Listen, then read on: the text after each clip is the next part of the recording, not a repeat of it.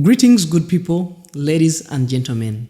Ronald Brian Semagwa is my name, Managing Director, Joyash Microfinance Uganda Limited. Today, I'm here to give you a few tips on how to master and grow your finances as an entrepreneur, regardless of your capital size. 1. Ensure you invest wisely. Everyone you invest in a business when you have not understood it, it is wrong. So before you make an investment, it may be an investment of up to 500,000 Ugandan shillings. It may be an investment of even up to 100 million shillings. But to invest that money, you have to be wise enough. By this I mean, you get enough knowledge about the business that you want to invest your money into.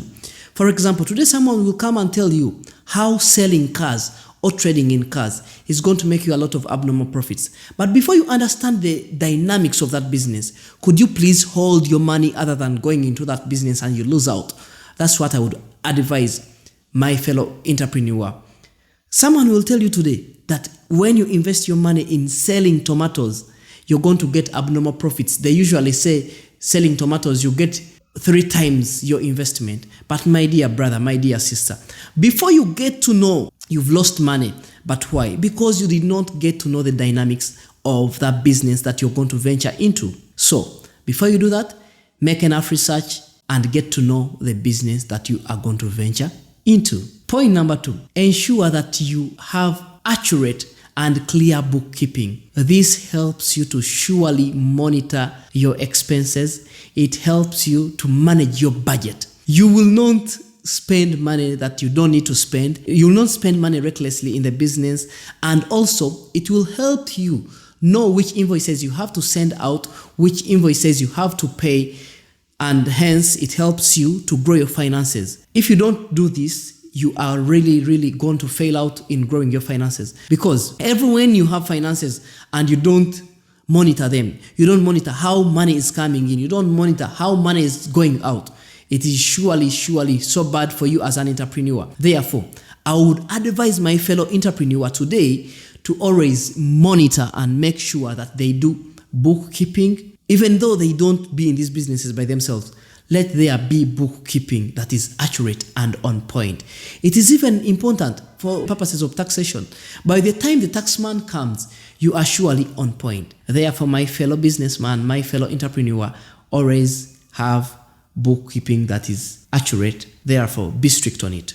Point number 3, ensure that you monitor your business in and out. A business, no matter what size it is, you should make sure you monitor it. A business, no matter what size it is, you make sure you monitor it. You can be hands off, but eyes on. Ensure that you see what are the people that are on ground, what are they doing in your business. Ensure that you know what they are doing on a daily basis. As an entrepreneur, don't accept your business to close on a daily basis when you have not got a report about it. By this, if you accept your people that are managing your businesses to close a business without giving you a report, it is very dangerous to you as an entrepreneur, because you won't know how much are the sales, you won't know how much the expenses have been, and also don't trust so much, because it will bring you problems. By the time they give you a comprehensive report at the end of the month, it costs you, you can't audit enough. But when you get these reports on a daily basis, it is really very important. By this, I would advise those, depending on the size of your business, if you can get management systems, get them. If you cannot, please always be on the people that are managing your businesses. And the last point, ensure that you do not suffocate the business with a lot of expenses. Have a realistic budget on how you intend to run your business. This budget should be realistic. In fact, only make expenses that are relevant to the business. Do not make any expenses that are not relevant to your business. If the expense doesn't add on you, ensure that you avoid it. Desist from any expense that suffocates the business. Sit down with your financial team and draw a financial budget that is really realistic. Only spend when you should spend. If it doesn't make sense to the business, please do not spend. And also, many entrepreneurs have come down because of the suffocation that they have brought to the businesses with loans. Even here at Joyash Microfinance, That is why we have free financial advisory services to fellow entrepreneurs and to our clients. We advise them to only go in for loans when they need them. If you do not need the loan, don't go for it. It will be very, very harsh to you as an entrepreneur to make a decision to go in for a loan when you've not got a financial coach to tell you and also draw a budget on how you're going to spend that loan.